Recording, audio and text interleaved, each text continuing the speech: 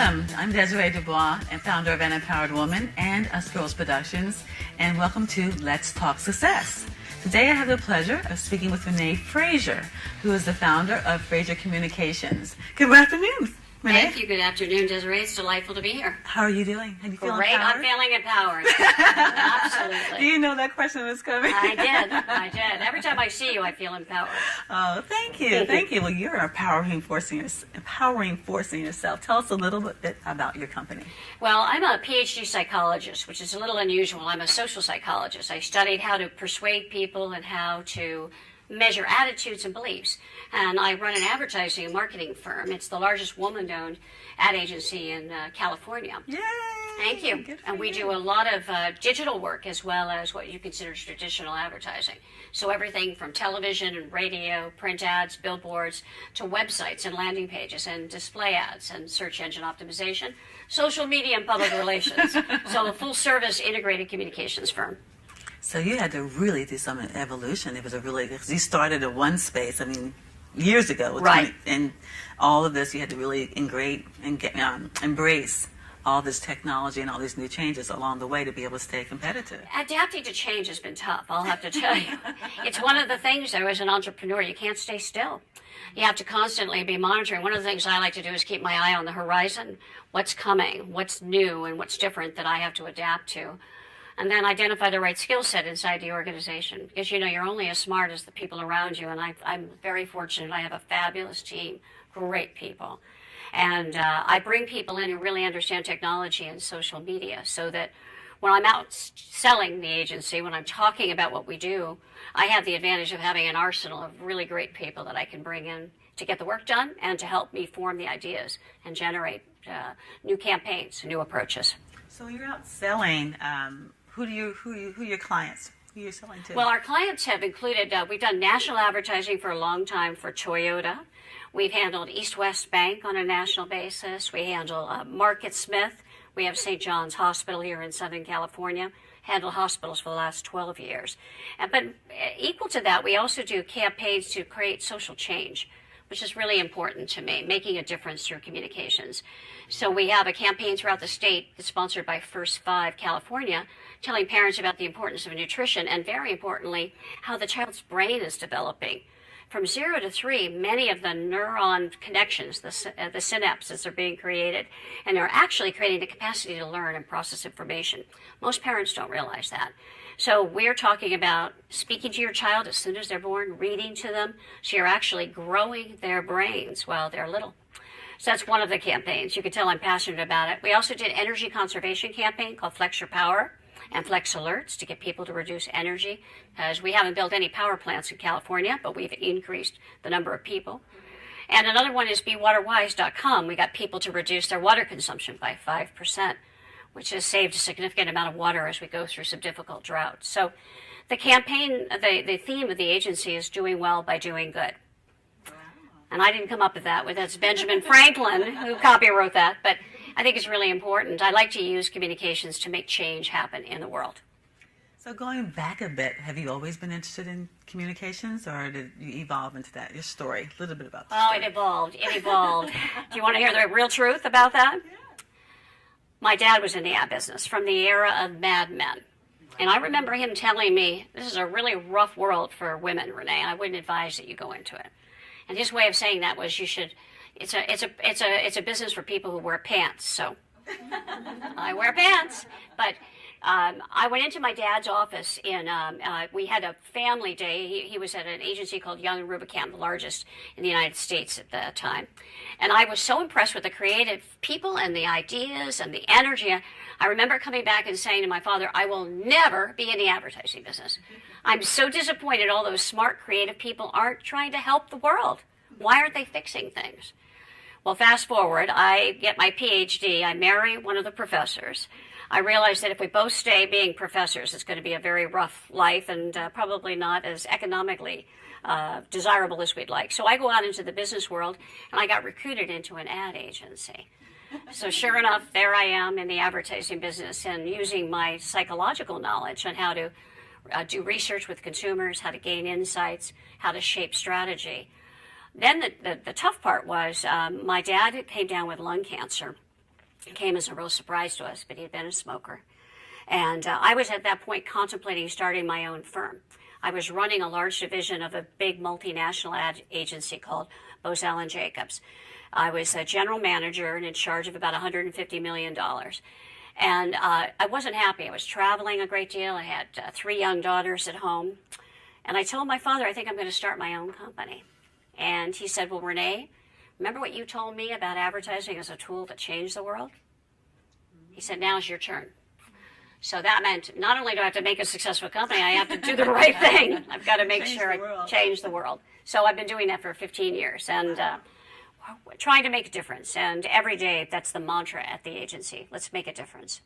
You know, it's wonderful because you actually are involved in a medium where you could actually do that out loud, so to speak, between your campaigns and between the way you implement and customize programs for different people. So along that way, even though you had that background, that knowledge, there's been a couple of challenges. Yeah. Became very relevant because, we often measure before and after. Have we changed things? Have we moved the needle? And that before and after means you can have real return on investment and metrics about whether or not you've made an impact. In any business you're in, it's a good idea to have those kinds of measures. We call them key performance indicators, KPIs, but things you're going to change in as a result of the work that you do so that you could demonstrate you've been effective. We spend millions of dollars for our clients. I like to make sure that they're truly invested wisely.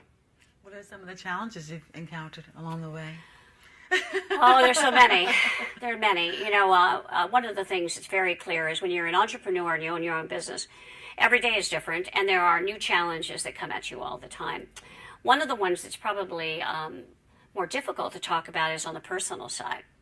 And I mentioned that professor I was married to. Well, I divorced him 3 years ago almost now, after 30 years of marriage, which was a very, very tough decision. But one of the things I have found, and I think this probably is, I'm not the only woman who's experienced this, is the more successful I became and the more accolades I got, the better our lifestyle was. But my husband's success didn't match mine. And remember, he started out as a professor and I started out as a student. And as my success occurred and his didn't, I think he felt diminished by it. And I didn't realize it. I call it there were the negative comments, there were the, jibes, just verbal assaults that were negative, and you just live with that. I think a lot of women do. And I had the 3 daughters at home. I wanted to make sure that we had a happy lifestyle. When I grew up, I played this game. It was a game of life where you had to choose at the front end of the game how many hearts, how many stars, and how many dollars you would get by the end of the game. Did you make it up, or is it actually a game like that? Yeah, it was actually a game. And you'd score it on a piece of paper, and then you'd put it in an envelope, and everybody had theirs. And so the person who won was the person who achieved their formula for success. I think in some ways I did that to myself. I felt I had to be Miss Perfect. You had to be successful in your business, you had to have a successful family, you had to have a successful marriage, and you had to have, a healthy well-being. It's hard to have all of those things. I think we put a lot of pressure on ourselves. So it became apparent to me that the marriage just wasn't working, and he wasn't really supportive and excited about who I was as a human being. And I think I'd gotten so used to it. We know that story of the frog that's in boiling water. It's warm water, warmer, warmer, warmer, warmer. Frog never jumps out. But if you put a frog in boiling water, it jumps out. So I realized that there just wasn't the relationship that I'd hoped there would be there, the supportive relationship. So I took the drastic step of getting divorced after that many years. That was hard to do. It's very hard to do. Yeah. Very hard to do. Yeah. But what was it? Was it something that propelled that movement? Was it just a time in our life, or was it a vision? Was it just something had to happen internally or externally that made you ready at that moment? And I say that because so many people are trying to make the decisions personally and professionally, right, and they don't do it, even though they know it's not right and know it's not wrong. Yeah. They just don't do it. So something had to... Well, what happened to me is, he was getting more involved in his own work, and we weren't spending much time together. And the time together was pretty caustic. And my daughter said to me, my youngest daughter, she said, Mom, if my boyfriend treated me the way Dad treated you, would you want me to stay with him? And that was like, shot to my heart. That was telling. So I realized that no, and I don't want to be a role model for my girls in a negative way. Now, the good news is, since the divorce, they're actually so pleased. They said, we spend more time with you. You're a fuller person. We adore being with you. I even have a new granddaughter who's 2 years old, Maya Luce, who's wonderful. So a lot of good things have come out of shedding that, but it was extremely hard. I think anytime you make radical change in your life, it's really hard. And you go through a period of, am I right, am I wrong, of uncertainty. But you have to try to imagine the light at the end of the tunnel. And you have to connect with what's inside of you and be true to that. And you ever thought about turning back? I'm sorry? Have you ever thought about turning back? Have you ever thought No. that it was the right decision? No. Okay. I mean, maybe in one day out of 2.5 years, it's like 700, 800 days. No. I'm really happy the way I am. Good. And I'm sure there'll be other romance in my life. Remember those hearts, the dollars, and the stars? So I think the hearts, though, aren't just the romance. They're also your family and your friends Love, and your just daughters, love. the love that you Yeah. get. Absolutely. Yeah, I think love can come in many different ways. Right. We realize that when we are open to it. Totally. Totally open and not blocked by anything specific. That's right. And I think also having false expectations. Women trying to achieve balance is very difficult. And you can never have it all at once. We know that. So when you're in anything in the moment, you really have to be there. Because I'm so lucky. My 3 daughters are happily married. They have careers. And people say, how could that be? And I wonder, because, working all the time, you wonder, did I do the right thing? I worked through and started my own company. And it meant there were long hours. But a couple of things I realized I did. One is I shared what was going on in my daily life with my girls at dinner time. I talk about the challenges that I was facing and the opportunities. And it made them feel part of it, and they learned from it. The second thing is it made them see me as a really happy human being, because I finally got the courage when they turned 20, 21. I said, okay, did I make a mistake? Was it bad? Did you ever feel terrible because I wasn't there after school every day or to pick you up? And they said, no, Mom, because you were such a happy person. We wanted you to be a fulfilled human being. So in reality, you did us a favor by being that way. At least that's what they tell me now. So the guilt, that relieves a lot attend though, because that's the guilt that most women have. I think especially all the of us children. carry that Yeah. around. I missed that birthday party, or I didn't attend that event. But what was telling for me to leave corporate America was I had the 2 young girls at home and my stepdaughter coming in every weekend, and every other weekend. I went to Japan for the company for 2 weeks to do speeches and meet with clients. I came back and it was my daughter's 3rd birthday, and I really wanted to be there. And they wanted me to get on a plane and fly to New York to go to a board meeting. And I said, no, time out. I got to be home with my children. And I know that was telling for them as well. Unfortunately, those are sometimes the pivotal moments where you decide, I'd rather be my own boss and an entrepreneur than put myself through that kind of corporate culture. Great. Awesome. So what about victories? You shared what's victory as far as making that big decision and embracing your new life as a single woman. Well, having a $35 million company and being on the women-owned businesses, that's a victory. We've been on the LA Business Journal list for the top women-owned companies for the last 12 years, I believe. So that's quite an accomplishment. Having those daughters is really frankly, the best thing I've ever done in my life. But I think the victories come in small wins, and you have to celebrate them when they come. Yes. We have a new campaign that's launching, getting people to ride share, and we're very excited about that. We're going to have a little party for that. Yep. We've got a new assignment from a new retailer, and we're doing new advertising for them. We're going to celebrate that. I try to find moments in every week that we have something positive, because the bad times come as well. So you've got to look for those moments.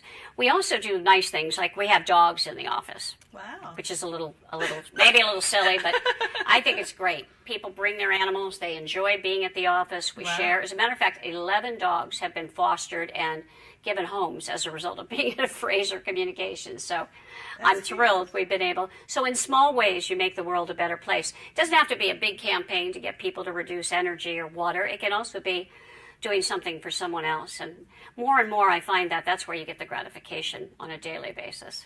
Fantastic. So with that, secrets to success. Keys to success? Secrets, yes. Keys, secrets. Because we have such a community of women professionals and entrepreneurs, and they're all different phases. Some are starting, some are fixing, some are building, some are starting over again, some are transitioning, all different types of things. And I find the common thread, many times when I'm speaking to different women throughout that period, And I think, what are some of the secrets? What are some of the things that if only you had known then, or if you would do it over again, that you would make sure certain things were in place, or you did or you didn't do? I would have dreamed bigger. Wow. And been bolder.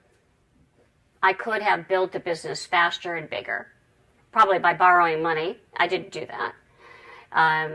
I think that would have been a way to be more successful. I would have been part of a community like you've created, where I could get support from others. I did do that in my career, but I did it fairly late. I joined the National Association of Women Business Owners, got very involved in that, and that gave me a platform. But I wish I'd been part of a group and I'd asked for help and taken it from others. Give and take is really what it's about. Because as you know, Winston Churchill said, we get the life we have by what we get. We create the life we have by what we get, but we make a life by what we give. And I think it's truly when you give back to people, things come back to you in ways you never expected. And I don't think I gave as much as I could have back in those days or received as much. So being open to that is really important. And I think a resource network like this is the way to do that. That's a biggie. It seems to be a really biggie because it seems to be women are such givers. And for some reason, we just don't ask as much. We just feel more comfortable giving. So giving, and not our well taking it dry, back. And on all different frames of life, with our personal life or with friends and family, and then with our business as well. So that's a great lesson to be learned. So, what's in your thoughts in the mornings when you wake up? Well, in the future, next tomorrow. I've got to think through the future. My world has become very digital, and I'm determining where do I go next with this company, and how do I leave a legacy behind. One of the things I've done is I created a radio show called Unfinished Business with Betsy Berkemer, and we talk about best business practices. It runs on a CBS affiliate here in Los Angeles and then across the internet. And it's a great way to inspire and encourage entrepreneurs. And I'd like to do more of that in the future, as opposed to the day-to-day of the business world. So I'm preparing my team to take over, and I'm going to move into a new career of more radio broadcasting and speaking engagements, which is wonderful. I think you have to always be prepared to take that next step. And that's scary because you're just right here in the day-to-day, but that's that idea of keeping your eye on the horizon, trying to determine where am I going to go next, and having the courage to do that. And that goes back to having a support group, people who say, you can go for it, you can do it. Well, it's also very humbling because now you're taking the baby that you spent many, many years, bringing to birth and actually that's right all the way through, and now being able to hand it over to somebody else. So it takes a lot of courage for you, but it takes a lot of trust that you have a great team that's able to do that. Letting go is really hard. And you heard about the founder syndrome, right? A lot of people talk about that. But I have learned in the last 3 years with millennials in my office that the more I let go and let them do it their way, the better off I am. And that was a hard lesson. I think we've all grown up on the notion, or many of us have grown up on the notion of being in charge, dictating, here's the objective and the goal, help me find a way to it. When in reality, I found by reframing it as, here are the issues I see, here's what I see as we can accomplish. What do you bring to the party? How do you see it differently? And then let them go at it. And we get fresh new ways of doing things that I'd never expected before. So I think you have to, same with the business. I see the business one way. I've taken it to a certain level. How can I help you take it to a next level? And I'll be a part of it, but I'm not going to be it's not going to be crafted by Renee and sculpted by Renee. I'm going to turn it over and watch them do it. They're very wonderful, capable people. And I want to be on the sidelines watching, and I'll be reporting from my radio show, but I definitely want to see what they can make it. Absolutely. That's wonderful. That's awesome. I'm thinking about what empowering thought would you like to leave our listeners with today? I think what I'd like to say to people is I use yoga as a technique to dig inside of myself. I'm very much about breathing and taking a sense of what you are. I think it's very important to be empowered, to be in touch with who you are on the inside. What's the passion? What's the real belief that you have? And I actually believe we all have something called goodness inside of us, a strength that comes from the universe.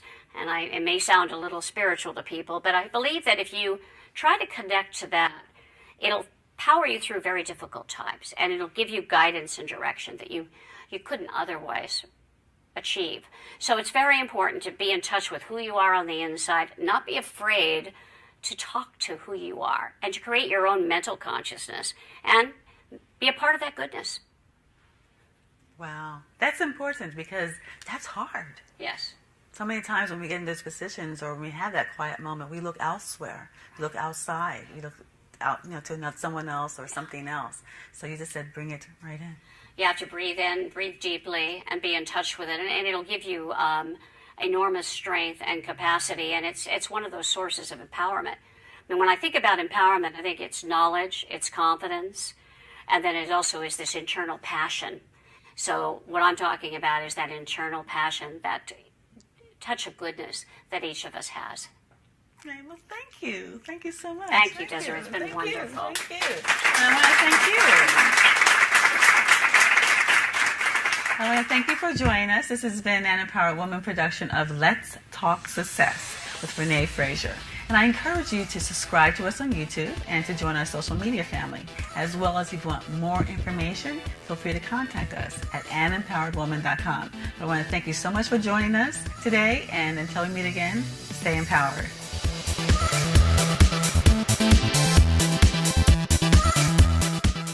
In today's publishing universe, where literally hundreds of thousands of books on history, travel, sports, ecology, yoga and fitness, relationships, cooking, every imaginable topic in fiction and nonfiction burst onto the market each year. How do you compete? Ellen Reed knows, and she's sharing many of her most valuable book shepherd secrets. There are plenty of how-to books that take you through the process of writing, laying out, and printing a book. However, Ellen Reed's Putting Your Best Book Forward opens up a whole new world to authors. As her clients have discovered with their books as seen here, Ellen describes what you need, and more to the point, who you need to make sure you have a book that looks, feels, and reads like those produced by the mainstream publishers and can stand tall next to them. The publishing industry is increasingly taking notice of self-publishers and taking them seriously. There has never been a better time to get your book into the marketplace. Now you can know what Ellen Reed knows about producing books, and one of the biggest secrets she reveals is right on the cover, that you must put your best book forward.